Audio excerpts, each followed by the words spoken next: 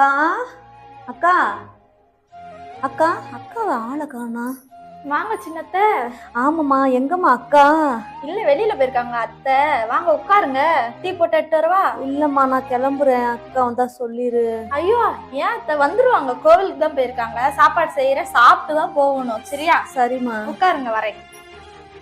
இவ வேற எதுக்கு இங்க வந்து உட்கார்ந்துருக்கா? வேற வேலை பழப்பு இல்ல.